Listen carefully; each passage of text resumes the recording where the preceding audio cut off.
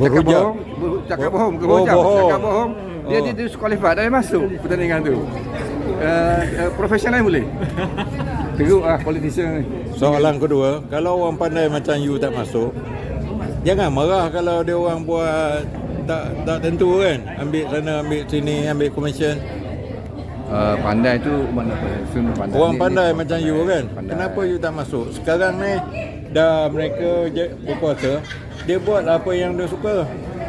Sekarang saya punya misi ialah mendidik anak-anak generasi, because sekarang dia 18 tahun boleh mengundi dah. Yang itu kita tengok anak-anak kita bila 18 tahun 10 tahun ke atas tu di bawah pada 30 tahun dia masih tak tahu, tak faham apa yang berlaku dalam politik negara. Dia tak faham. Dia kata tak apa, dia okey. Orang ni okey. Bila kita terang-terang kawan saya bagus yang ni. Jadi itu nak educate dia orang. Saya gunakan kaedah tu lah. Saya dah tua dah nak politik. Bagaimana dengan Cina kan? Umur 18 tahun dah matang. Assalamualaikum. Apa lagi? Haji apa nama? Yusuf. Haji Yusuf Dia tuak dengan saya Ali. Jadi bagaimana dengan generasi yang baru ni 18 tahun dengan generasi Cina ni? Dia lebih matang tau. Dia lebih matang. Dia orang ada direction. Dia diberi objektif yang terang, ada direction. Yang kita ni pula bagus kita kata yang 18 tahun ke atas tu boleh mengundi kan. Tetapi mereka ni akan di-corrupt oleh pemimpin-pemimpin lama yang akan mengajar dia, kalau you nak menang jawatan dalam ni, you kena kasih duit. Jadi kita yang paling kita takut ialah generasi muda Melayu ni, dari kita nak halang mereka daripada corrupt, daripada dirosakkan pemikiran dia, menyebabkan dia akan ikut cerita lama, dia tidak berjuang lagi untuk itu. Jadi yang penting kita nak bela dia orang ni supaya dia betul-betul supaya dia betul-betul tidak memikirkan, tidak dirosakkan oleh pemikiran lama. Apa langkah-langkah yang doktor lakukan untuk membantu umur 18 tahun ni dalam politik? Saya rasa kita kumpulan kita ni kena bergerak sebagai satu pergerakan tau. Mana sekarang ni di bawah payung NGO. Kita initiate satu, boleh buat. Saya pun selalu kadang-kadang kita masuk sikit-sikit kadang-kadang. Sekarang ni cara ni kalau kita buat, kita bergerak, kita move, kita berjumpa, kita boleh buat. Sebab itu sangat penting tau. Kalau yang bawah 18, yang 18 ke atas ni, kalau dia orang tengah macam ni memang kita kalah. Sebab Cina ada objektif. Ni bila dia masuk je politik, dia masuk dengan kumpulan-kumpulan yang senior tu akan rosakkan dia punya idealism dia orang kan. Jadi kira macam masuk bodoh je lah.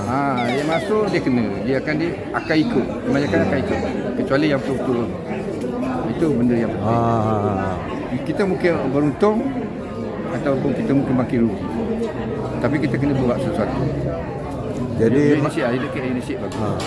Matlamat dia, objektif dia boleh tercapai dalam masa 5 tahun ke 10 tahun ke, untuk mendidik 18 tahun ni, kalau mendidik generasi tu, muda kalau mendidik dalam tu, politik. Kalau kita bagi 5 tahun boleh kita ambil bracket tu, kita melalui NGO adakan aktiviti-aktiviti yang boleh mendedahkan dia kepada tu, menyedarkan dia. Sebab saya cakap cuba kita check, buat on the spot check up lah. Kita ambil orang Melayu, bukan masyarakat Melayu macam kita semua ni. Di rumah kita berapa orang yang ada perlembagaan negara, Malaysia Constitution? Tak ramai. Jadi dia tak tahu the right kita dari segi orang Melayu, dari segi bahasa, dari segi ni, dari segi belakang itu, dari segi ni. Dia tak tahu. Itu pun basic pun tak tahu. Basic dia mesti tahu perlembagaan negara. Kita boleh tewaskan dia twist dalam perlembagaan. Kalau kita tak interpret perlembagaan dengan betul lah. Yalah. Itu banyak benda yang kita tak tahu. Dan bila kadang-kadang menteri kita sendiri bila dia bercakap, dia tak faham perlembagaan. Contohnya bila dia cakap bahasa Malaysia. Tidak ada dalam perlembagaan bahasa Malaysia, yang ada bahasa Melayu. Bila dia cakapkan bahasa bermakna, bahasa adalah tulisan dan percakapan lah. Bukan percakapan saja, tulisan pun mesti. Jadi apabila timbul isu tulisan Jawi, tulisan Jawi adalah sebahagian daripada bahasa Melayu. Jadi tidak ada orang dalam negara ini boleh menolak tulisan Jawi. It's not a separate issue. Itu part of bahasa Melayu. Macam saya kata tadi, tulisan dan penulisan. Tulisan dan pertuturan. Pertuturan macam kita cakap sekarang. Tulisan adalah Rumi atau Jawi. Tulisan Jawi adalah sebagian daripada bahasa Melayu. Jadi zong dan apa-apa tidak boleh menolak benda tu. It's part of the Malay language. Tetapi menteri sendiri tak faham. Menteri sendiri tak faham. Itu. Cukup tak? Jadi sekarang ni anak-anak muda ni perlu mengetahui secara detail perlembagaan, perlembagaan and then apa yang berlaku. Kadang-kadang sebahagiannya history, sejarah sendiri perlu. Sebab sejarah perlu je, walaupun kita kata sejarah benda lama, tapi kita boleh membantu kita, memandu kita untuk melihat ke hadapan. So that we don't make the same mistake. Macam-macam lagi kan. Dan kita mempelajari strategi-strategi yang dibuat oleh British bekerjasama dengan orang Cina ke dan sebagainya, yang dari awal-awal lagi telah menyebabkan orang Melayu banyak langkah ke belakang.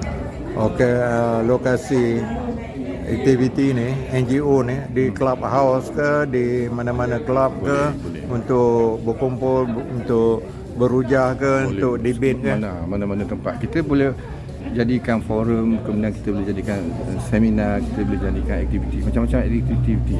Kita initiate sebagai orang tua dan mereka gerakkan benda tu bersama kita sebagai senior dalam kelab-kelab tu. Boleh beritahu nama NGO tu? Belum lagi. Oh, belum tu buat lagi lah. Kena buat. Oh, dalam planning lah. Kita buat lah. Jadi agak-agak bila PRU ke-15 ni? PRU ke-15 saya rasa banyak faktor lah. Faktornya di antara apa tu, kluster mahkamah tu yang akan mempercepatkan. Tapi kalau kluster mahkamah tu cuba bergerak lebih mungkin Ismail Sabri akan pandang ke sebelah, cakap dengan Muhyiddin, cakap dengan Anwar ke apa-apa. Oh, cross border lah. Mungkin lah. Itu yang dia kata ada numbers, Anwar ada numbers. Akan balik cerita. Jadi balik cerita lama balik, berpusing-pusing. Jadi PM yang keempat lah. Okey tuan. Okay. Penutup. Boleh beritahu orang di luar sana apa dia? Bagaimana tentang politik kita hari ini, masyarakat Melayu. Kita pada hari ini pemerintahan adalah satu rajang yang paling lemah dan PM lagi paling lemah, bukan sepenuhnya kerana peribadi dia, tetapi oleh kerana kedudukan dia sangat bergantung kepada parti yang meletakkan dia sebagai PM. Jadi yang saya paling sedih ialah ahli Majlis Tertinggi UMNO terlalu mementingkan diri, tidak sanggup memberitahu presidennya bahawa you better take leave, kan you sedang menghadapi banyak kes. Tapi oleh kerana masing-masing mementingkan diri, nakkan supaya dia dipilih lagi untuk next election walaupun dia dah tua, itu menunjukkan kepimpinan Melayu yang berteraskan UMNO terlalu korup. Pada saya terlalu korup dan tak boleh kita letakkan harapan. Okey, terima kasih kerana doktor telah menyampaikan pendapat yang begitu baik untuk saya hantar YouTube ya. Okey, masuk YouTube. Yalah supaya otak anak-anak muda ni terbuka luas kan. Betul. Jadi pasal yang saya cakap tadi lah, orang Melayu kata politik ke sana tak bagus, tapi bijak pandai Melayu macam doktor kan, orang yang ada title, yang ada profesional, yang ada ijazah tak masuk dalam politik. Saya dah buat ada sikit-sikit, tapi kita bekerja kan, lebat mula-mula, tapi kita perlu gerakkan satu tenaga yang apa dia panggil, concentrate effort dulu baru kita boleh. Bila kita bergerak dulu, kita tahu kita tak boleh berada dalam kumpulan saya dulu masa dalam UMNO. Dalam kumpulan itu, sebab abang dia bila dia bercakap apa tu dalam mesyuarat UMNO, dia tak ada bercakap pasal lain kecuali bercakap pada kepentingan diri dia sendiri. Apa yang dia bercakap di luar kepada ahli dia itu memanglah bangsa Melayu, kepentingan bangsa, keluarkan keris ke semua itu. Tapi itu semua tak betul. Okey, terima kasih doktor. Itulah tadi perbualan ringkas bersama Dr. Wahab Hashim Thank you. Thank you. Salam. Waalaikumsalam. Sahabat di SPA, Sekolah Panjalam. Bolehlah move, buat move juga. Ya, ya. Okey, terima kasih.